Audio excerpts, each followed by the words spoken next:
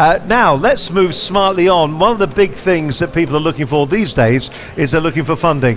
As you walk around the show, a lot of people talk to you about funding. They want to get their business, they want to see it as a kickstart. But if you were to stop them for a moment and make them stand back, would they truly understand what they wanted the money for? Would they truly understand what their business was talking about? With me is Bill Morrow. He's from Angel's Den with here. You've been doing keynote speaking, but we've been talking really about what your business does, Angel's Den. And what you're doing is you're tying people up together, aren't you? Businesses and people who can actually fund it. Where does it go wrong in the middle, Bill? Yeah, sure. We don't have enough time. There's not nearly enough time to be able to explain the vast number of ways in which people conspire to complicate the process. But I think by far and away the biggest obstacle that we find is that people increasingly find it difficult to be able to explain in very simple terms what it is that their business does.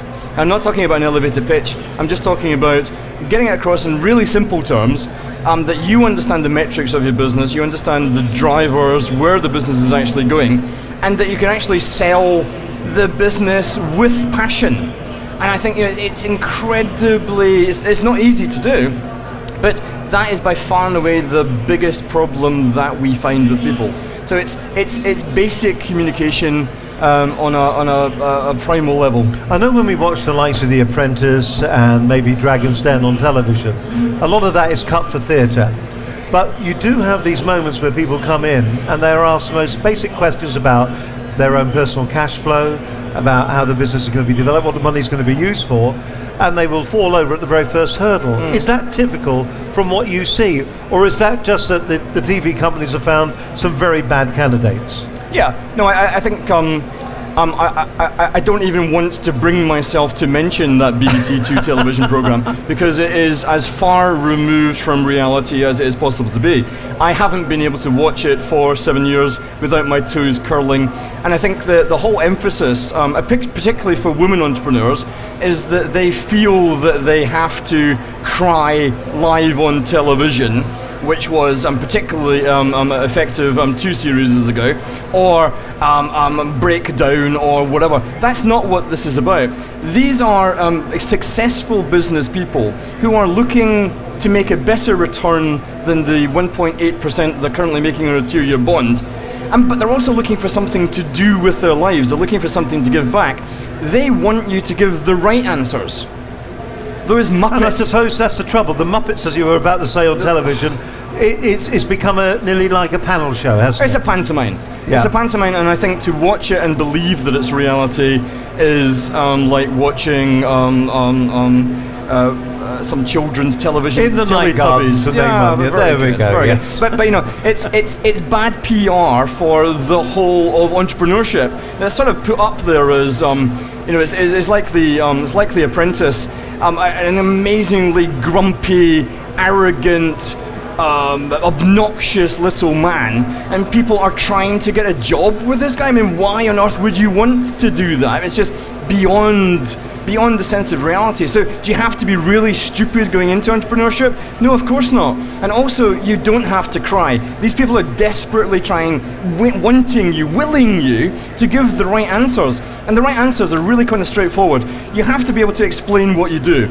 And it's kind of like a verse from the Quran hits them in the face that, what, to get funding, people have to understand what my business is? Really? Oh yeah! But whose fault is that? Is that the fault? Is it the fault of the TV programs? Is it the fault of organisations like yours that we're just not getting the story out there enough for them to actually realise how straightforward obtaining funding can truly be, as long as you follow a structured approach? Yeah. I mean, I'm willing to take blame, but we're quite evangelical, I would say, in terms of breaking it down. You know, it's not that difficult.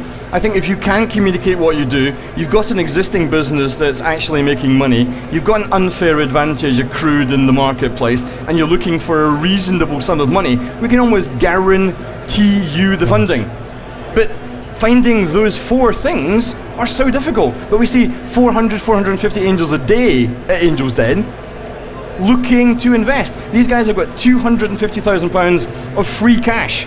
Now, they're not quite desperate to invest, but they're pretty keen to invest. But they'd like to if something interesting was to come along. So if you had to sum it up then in this a small manual, what would be the things that you would be saying in then? The maybe three or four key things that people need to consider before they come along, before they even leave their front door to come to talk to you. What should they do? Yeah, sure. So I think first and foremost, have a very clear understanding of what your business is. Have you actually got a business? So a lot of people we meet at the business show have just got an idea. There isn't a business model attached to it. And companies like Angel's Den ask that you have proven your business model, and the only way you can really do that is by showing that you've sold something to someone who isn't your mum. So have you actually been able to sell something, plain and simple? No, I haven't, but it's just a great idea, and I've got lots of market research that proves that. Not interesting. Interesting, but no one's going to fund that idea. Unfortunately, you have to go away and prove that. Secondly, you have to know how much money it is that you're looking for. And that's a trick question. Do they ask for enough, Bill? Women don't ask for enough, guys ask for too much. So somewhere in between. Women ask for £55,264 and 17 pence. Now it might be 19 pence. I'm doing an exhibition in Geneva in 2 years' time. I just need to check the electricity costs, but it's 55,276 and it's 17 pence, 19 pence, I don't know. They've taken far too long to actually get there. Guys just go 250,000. Is there a danger of not asking for enough? There's a huge danger, and so the last 2 deals that we've done, they've asked for 100 and the Angels have gone, dude, you need much more than that. Trust me, I've been there, I've seen it, I've done it, that's what's attracting me to your business, is that you need 200. And they're going, whoa, okay. But I feel sorry for the entrepreneurs, because it's really easy for people like me to say, make sure that you know how much money you need. But if you've never done it before, it's actually incredibly difficult to do. You're the expert. We're the experts indeed, but it's almost a trick question as well, because what we don't want to hear is it's going to cost me $764,000 to build a new website, and my SEO for the next year is going to cost me $1 million, and my company's valued at $7 billion, although I haven't sold anything. And what those 3 statements tell us is that you're a muppet, and that you don't deserve to get the funding, and you will never get the funding. Does the expression show in your face, do you think, when it's all happening around you? Well, that's why I'm not front-facing. I'm not allowed to see. Wouldn't you? I would, and I swear as well, and I upset them, make them cry. But I mean, there's a whole bunch of really nice people back in the stand who are well-dressed, don't have a funny accent, don't swear, don't reduce people to tears. I think a valuable thing that we do is to actually tell people where they're going wrong. Yeah.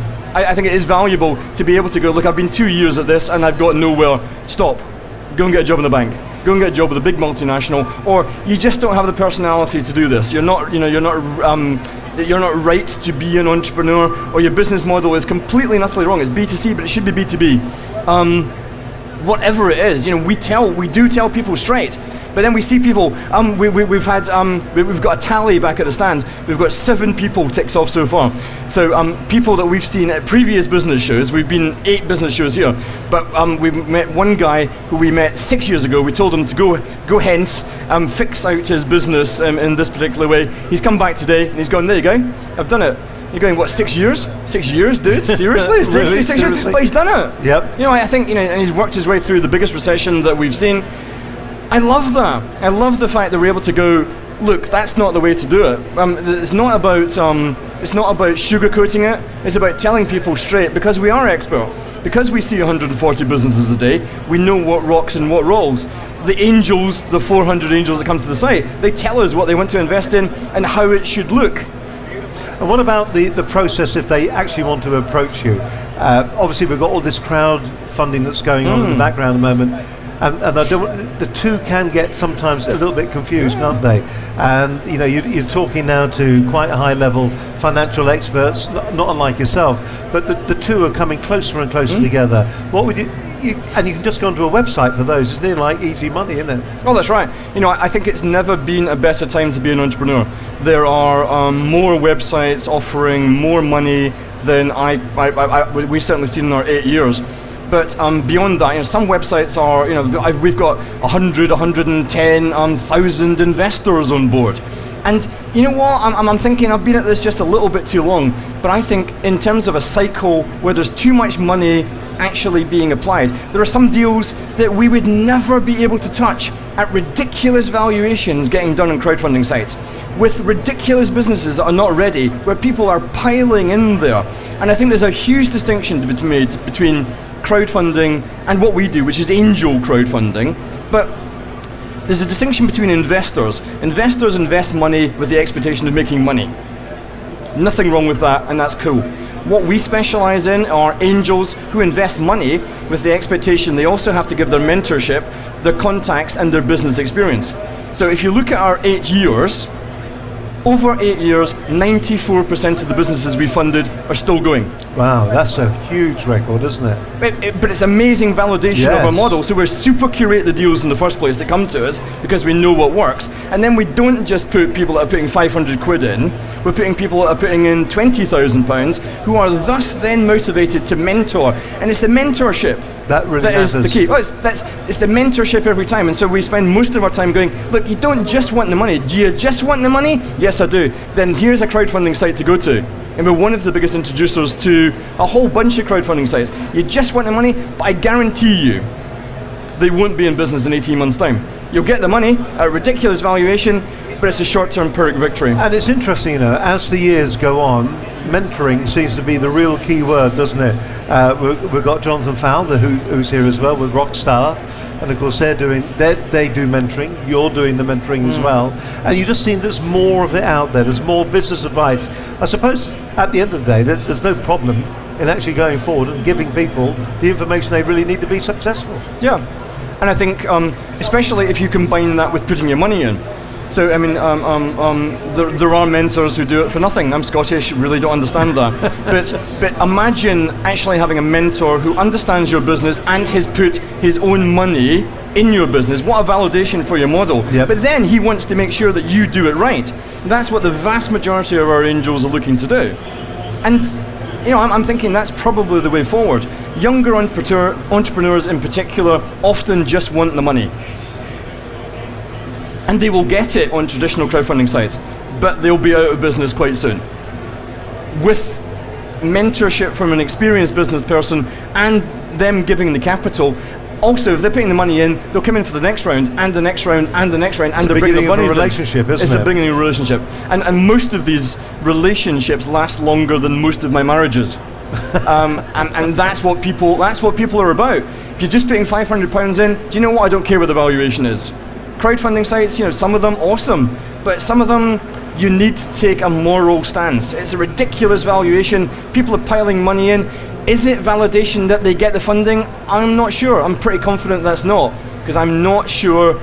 I'm pretty confident that you and I will be sitting in 18 months' time having a little look at the companies that easily got the funding now, much like before the banking crisis 8 years ago. They're not in business anymore. They're gone. Listen, if people want to find out, people who are watching, they want to find out, and they want to go to the site, they want to find out more about Angel's Den, where do they go? www.angelsden.com. It's as simple and as straightforward as that. It would make it difficult. Well, yes, indeed. Listen, it's been an absolute pleasure talking to you. Thank you very much indeed. Cheers, Steve. Ladies Thanks. and gentlemen, Bill Morrow.